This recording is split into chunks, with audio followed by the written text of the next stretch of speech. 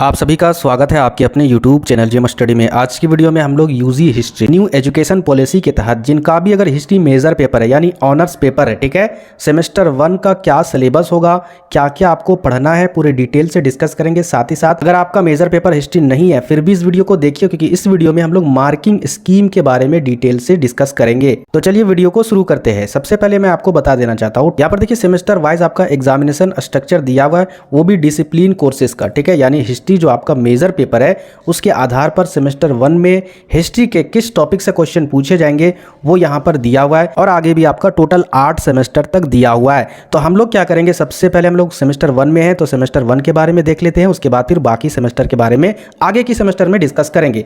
Marking scheme क्या होने वाला है वो ध्यान से समझिएगा। पिछले वीडियो में मैंने आपको क्या बताया था, एक सेमेस्टर में 2 एग्जाम होगा, पहला आपका इंटरनल होगा, दूसरा आपका एक्सटर्नल होगा। इंटरनल में 25 नंबर का क्वेश्चन रहेगा, एक्सटर्नल में आपका 75 मार्क्स का क्वेश्चन रहेगा।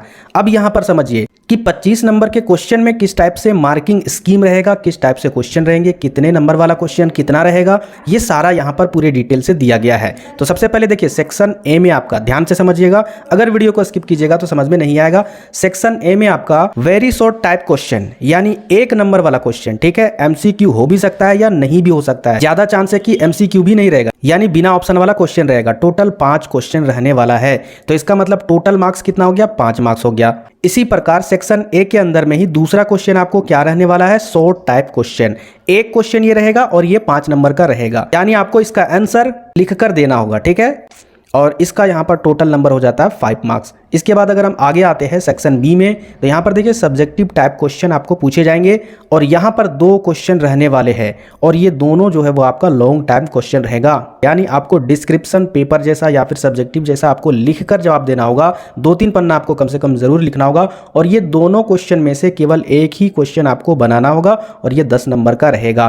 तो यहाँ पर देखिए ये 10 नंबर और ये 5 नंबर और ये 5 नंबर, टोटल यहाँ पर 20 मार्क्स हो जाते हैं, जबकि यहाँ पर टोटल 25 मार्क्स होता है इंटरनल में। फिर 5 मार्क्स कहाँ गया, तो 5 मार्क्स आपके अटेंडेंस पर, कॉलेज वाले अटेंडेंस पर, या फिर आपके रवैये पर, आपके द्वारा आपके डिपार्टमेंट वाले जो टीचर होंगे वो आपको नंबर देंगे, ठीक है। चलिए आगे अब यहाँ पर देख लेते हैं एंड सेमेस्टर। एंड सेमेस्टर को ही एक्सटर्नल एग्जाम बोला जाता है। अब इसका एग्जाम पैटर्न क्या रहेगा, कितने नंबर वाले क्वेश्चन कितने रहेंगे, तो टोटल 75 मार्क्स के क्वेश्चन रहने वाले हैं इसमें। ये चीज मैंने आपको पिछले वीडियो में भी बताया था। अब यहाँ पर देखिए यहाँ भी 2 सेक्शन में क्वेश्चन पूछे जाएंगे, ठीक है। पहला सेक्शन में आपको ध्यान से समझना है, वेरी शॉर्ट टाइप क्वेश्चन यानी 1 मार्क्स वाले क्वेश्चन पूछे जाएंगे। ऑप्शन वाला क्वेश्चन हो भी सकता है या नहीं भी हो सकता है। तो यहां पर टोटल कितने क्वेश्चन पूछे जाएंगे, 5 क्वेश्चन पूछे जाएंगे, यानी टोटल नंबर ऑफ मार्क्स कितना हो जाएगा, 5। इसके बाद यहां पर देखिए सेक्शन ए ही में दूसरा और तीसरा जो क्वेश्चन रहने वाला है वो शॉर्ट टाइप क्वेश्चन रहने वाला है, यानी सेक्शन ए में 3 क्वेश्चन पूछा जाएगा। दूसरा और जो तीसरा रहने वाला वो 1 नंबर या नहीं रहेगा, वो 5 नंबर वाला क्वेश्चन रहेगा, ठीक है। हर एक क्वेश्चन 5 नंबर का रहने वाला है, और यहां पर सभी को बनाना है। ऐसा नहीं कि दूसरा और तीसरा में से किसी एक को बनाना है, ऐसा नहीं, दोनों को बनाना है, और पहला तो कंपलसरी है ही। टोटल यहां पर कितना हो गया, 10 नंबर, तो 10 और 5 यहां पर 15 हो गया इधर। अब यहां पर बाकी बचा सेक्शन बी। सेक्शन बी पूरे तरीके से डिस्क्रिप्टिव पेपर है, यानी सब्जेक्टिव पेपर है। यहां पर देखिए टोटल नंबर ऑफ क्वेश्चन 6 रहने वाले हैं सेक्शन बी में, ठीक है, और ये सारे क्वेश्चन 15 नंबर के क्वेश्चन रहेंगे, लेकिन आपको इनमें से सिर्फ केवल 4 ही क्वेश्चन बनाना है। तो इस प्रकार से 4 क्वेश्चन का 15-15 मार्क्स का टोटल 60 मार्क्स यहां पर हो जाता है। तो इधर 60 और 10 और 5 15, टोटल 75 यहां पर हो जाता है, और उधर टोटल 25। इस प्रकार से 100 नंबर वाले क्वेश्चन आपका एक सेमेस्टर में पूछा जाता है। तो यही आपका मार्किंग स्कीम यानी अंक पद्धति, हर एक सेमेस्टर वाइज इसी प्रकार से आपका क्वेश्चन रहने वाला है। उम्मीद करते हैं यहां तक समझ गए होंगे। आगे देखते हैं कि आपको क्या क्या पढ़ना है हिस्ट्री मेजर पेपर में। जिनका हिस्ट्री मेजर पेपर नहीं है इस वीडियो को छोड़कर आप जा सकते हो वीडियो को लाइक करके। जिनका हिस्ट्री मेजर पेपर है इस वीडियो को पूरा देखिए।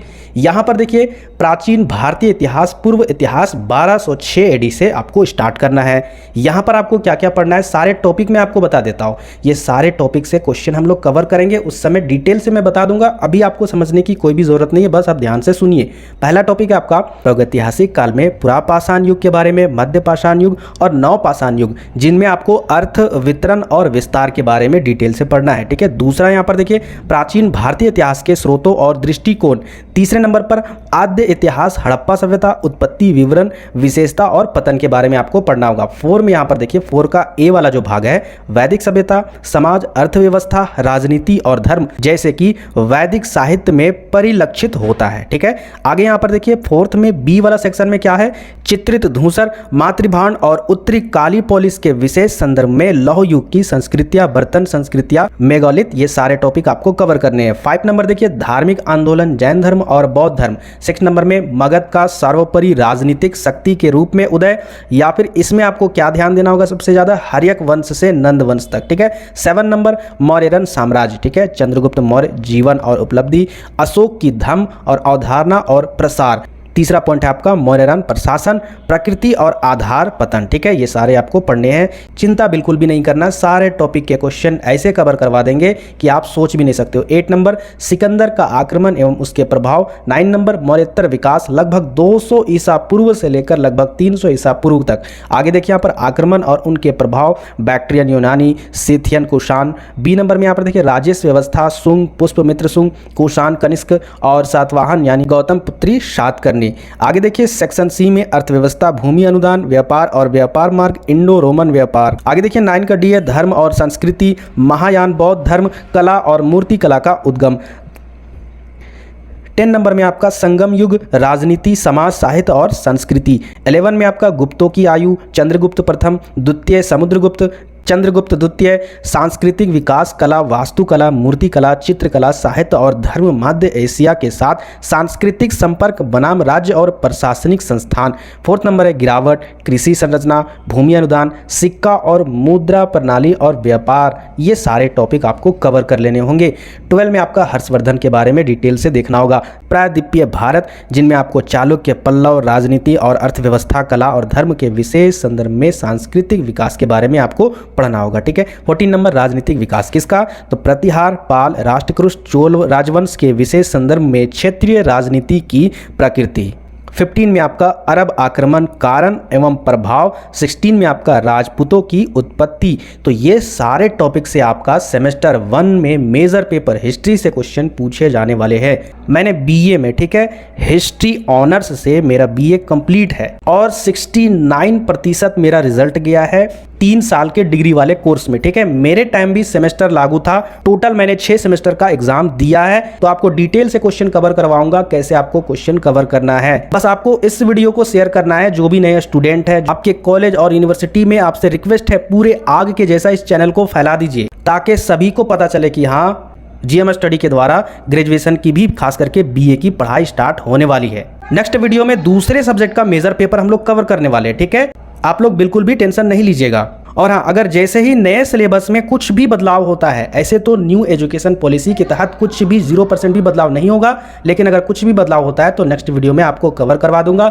न्यू एजुकेशन पॉलिसी के तहत सारे यूनिवर्सिटी का जो सिलेबस रहता है वो सेम ही रहता है। ठीक है, इसके लिए आपको चिंता करने की कोई भी बात नहीं है। तो मिलते हैं फिर नेक्स्ट वीडियो में।